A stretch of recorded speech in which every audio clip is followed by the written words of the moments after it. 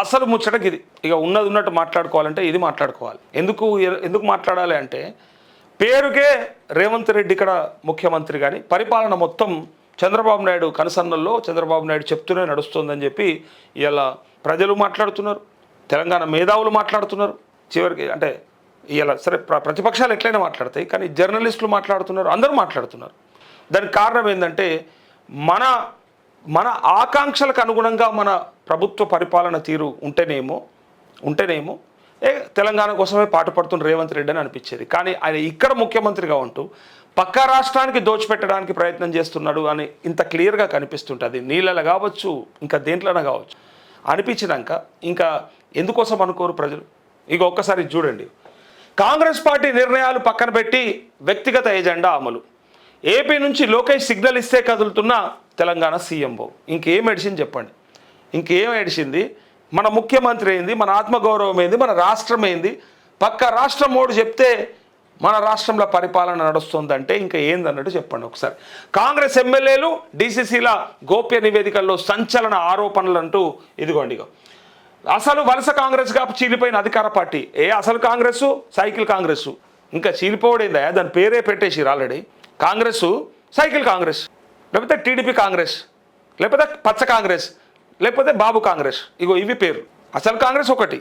లాయలిస్టులంతా మొదటి నుంచి అలానే ఉన్నోళ్ళు, అలానే ఉంటామన్నోళ్ళు, అలానే ఉండేటోళ్ళు, ఎప్పటి కొనేలా అలానే ఉండాలనుకున్న వాళ్ళు. కానీ వీళ్ళేంది ఇప్పుడు పచ్చ కాంగ్రెస్ కొంత, సైకిల్ కాంగ్రెస్ కొంత, అంటే ఇప్పుడు పేర్లు వచ్చినాయి. పైగా అదొక బ్యాచ్ ఉన్నది. ఇప్పుడు ఇలా పచ్చగా ఉన్నది కాబట్టి వచ్చిర్రు, తింటారు, ఎచ్చగా ఉన్నది కాబట్టి పంటారు.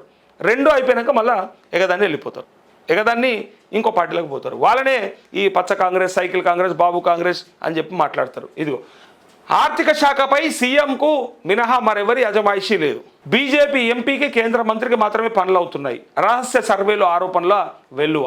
రాష్ట్రంలో పేరుకు కాంగ్రెస్ ప్రభుత్వం ఉన్నా చంద్రబాబు పాలన నడుస్తోందని తెలంగాణ సీఎంఓనే ప్రత్యామ్నాయ అధికార కేంద్రంగా మారిందని కొంతమంది వ్యక్తుల పెత్తనం చెలాయిస్తున్నారంటూ కాంగ్రెస్ ఎమ్మెల్యేలే అధిష్టానానికి ఇచ్చిన ఫీడ్బ్యాక్లో భాగంగా సంచలన ఆరోపణలు చేసినట్టు తెలిసింది అంటూ ఇక్కడ మనము అంటే 2014 నుంచి 2023 దాకా అందరూ అనుకున్నది మన రాష్ట్రం మనకు వచ్చింది, ఇంకా ఎవడి పెత్తనం లేదు, కలో గంజో లేకపోతే కారం మెతుకులో మనంతలో మనం తింటూ మనమే బతుకుతాం, ఇంకా మన పైన ఎవడి పెత్తనం ఉండదు అని అనుకున్నాం.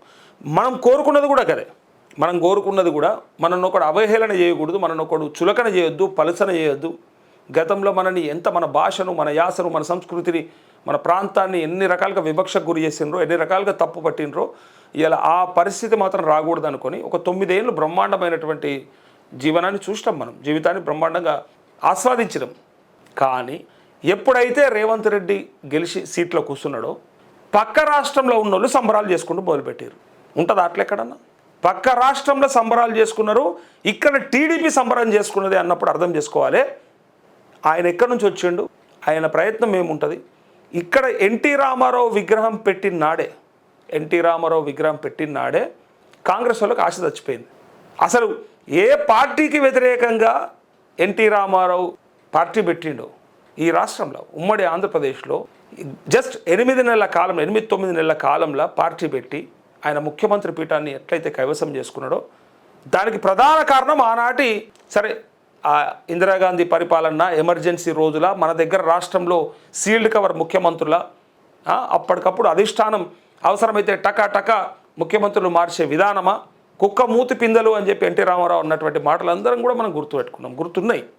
అట్లాంటి పరిస్థితులలో ఇవాళ ఎగ్జాక్ట్గా ఆయన అంటే ఎవరైతే కాంగ్రెస్ పార్టీకి వ్యతిరేకంగా పార్టీ పెట్టి ఈ రాష్ట్రంలో అధికారంలోకి వచ్చి పేదలకి చేరువయ్యిండో ఆయన కంటే ముందున్నటువంటి ముఖ్యమంత్రులు, నేను ఇది ఎందుకు మళ్ళీ చెప్తా ఉన్నా అంటే ఆయన కంటే ముందున్నటువంటి ముఖ్యమంత్రులు ఒక్కరంటే ఒకరు ప్రజల్లో లేరు.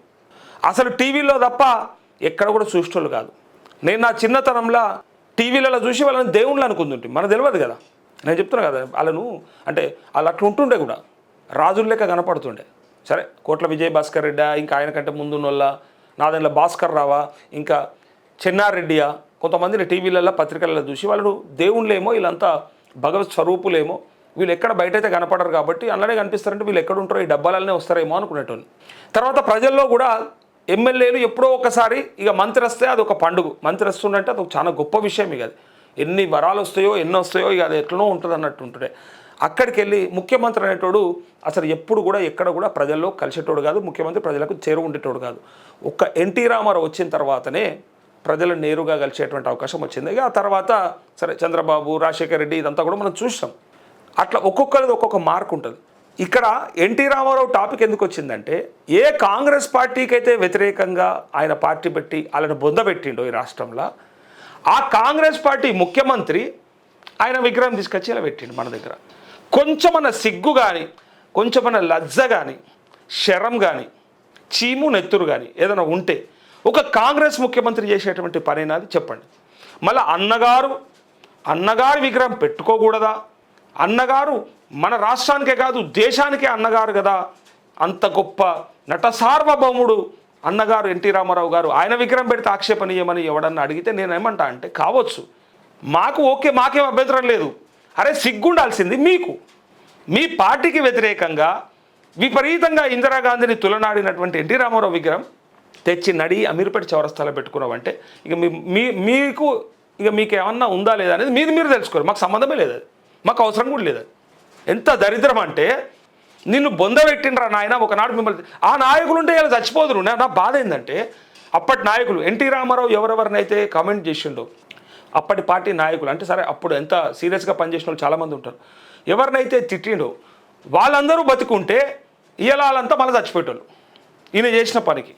ఆయన గొప్పోడు అయి ఉండొచ్చు, కానీ టీడీపీ వ్యవస్థాపకుడు ఆ టీడీపీ పెట్టిందే నీ పార్టీకి వ్యతిరేకంగా రా, సుంటల్లారా, సన్నాసులారా అని ఎంతమంది చెప్పినా కూడా నాకు ఎన్టీ రామారావే కావాలి. ఎందుకు కావాలి? ఓట్లు కావాలి. ఎక్కడోళ్ళు ఓట్లు కావాలి? ఆంధ్ర ప్రాంత ప్రజల ఓట్లు కావాలి. దానికోసానికి జూబ్లీ హిల్స్ కోసానికి తమాషా చేసి నాటకం ఆడి పెట్టి ఇంకా అది గొప్పగా అభివర్ణిస్తే ఎవ్వడేం చేయలేడు. అందుకే ఏమంటున్నా అంటే, ఇక్కడ గవన్నీ జరుగుతున్నాయి అంటే మరి ఇక్కడున్న ఒక్క విగ్రహం తీసుకుపోయి అక్కడ పెట్టరు, వాళ్ళు కూడా పెట్టరా? ఆంధ్ర ప్రాంతంలో కనీసం ఇక్కడ కాదు అక్కడ కాదు, మొత్తం స్టేట్ కోసం మాట్లాడిన వాళ్ళు, కొట్లాడిన వాళ్ళు, లేదా స్టేట్ కోసం అంటే స్టేట్కి ఇంకేదన్నా గొప్పగా ఏదైనా చేసిన వాళ్ళు, కవులు, కళాకారులు, ఇంకోరో గాయకులు ఉంటే తీసుకుపోయి అక్కడ పెట్టుకోరు ఎందుకు? మరి ఇక్కడ తెలంగాణ ప్రాంతం సంబంధించిన వాళ్ళు ఒకటంటే ఒకటి అన్న చూసిరా? విజయవాడలో కానీ, కాకినాడలో కానీ, విశాఖపట్నంలో కానీ, రాజమండ్రిలో కానీ ఎక్కడైనా చూసిరా మీరు? చూడలేరు. ఇది అర్థం కాదు కొంతమంది ఎదవలకి, కొంతమందికి సన్నాసులకు అర్థం కాదు. అరే నాయన, వాడు నిన్ను శత్రువుగానే చూస్తున్నాడు, నువ్వు మాత్రం ఇక కేసీఆర్ను కూడా అన్నాం మేము ఆ రోజు. ఆంధ్ర ప్రాంతము లెక్క కాదు, ఎవరికైనా సరే అలా కాలికి ముళ్ళు గుచ్చితే నా పంటితో తీస్తా అని చెప్పిండు. నీ అరికాలికి ముళ్ళు గుచ్చితే నా పంటితో తీస్తా అని చెప్పిండు.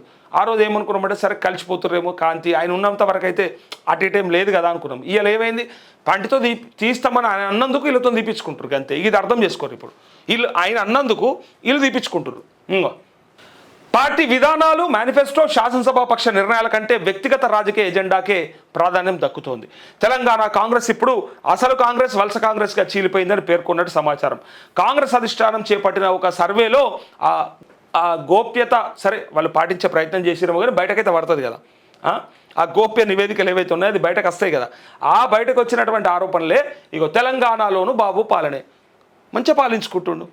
ఏ రాష్ట్రం నుంచి అయితే ఎలగొట్టినరో, ఉమ్మడి ఆంధ్రప్రదేశ్లో ఆయన ఎట్లయితే కింగులాగా వెలుగొందిండో, వర్ధిల్లిండో, ఆ రాష్ట్రంలో సరే 2 రాష్ట్రాలుగా విభజించబడిన తర్వాత ఉమ్మడి రాజధానిగా హైదరాబాద్ని 10 ఏళ్ల కాలం పాటు కొనసాగించవచ్చని చెప్పి పార్లమెంట్లో చట్టం చేసినప్పటికీ టకీమని పారిపోయాడు. ఎందుకు పారిపోయాడు? తట్టాపుట్ట సర్దుకొని ఎందుకు పారిపోయాడు? ఈడ ఉండి తమాషాలు చేసాడు కాబట్టి రేవంత్ రెడ్డి అనేట ఆయన వాడుకొని 50 లక్షలు ఇచ్చి స్టీఫెన్స్ అనే ఒక ఎమ్మెల్యే ఇంటికి పంపిస్తే ఆ ఎమ్మెల్యే ఓటు కోసానికి, ఒక ఎమ్మెల్సీ ఎన్నికల్లో గెలిపించుకోవడం కోసం ఆయన ఓటు కోసానికి చేసిన ప్రయత్నమే ఆయన ఇడికెళ్ళి పంపించింది. మీరు సక్కనోళ్ళు అయితే ఇడికెళ్ళి ఎందుకు పోతారు? దొంగలు కాబట్టి మీరు పారిపోయారు.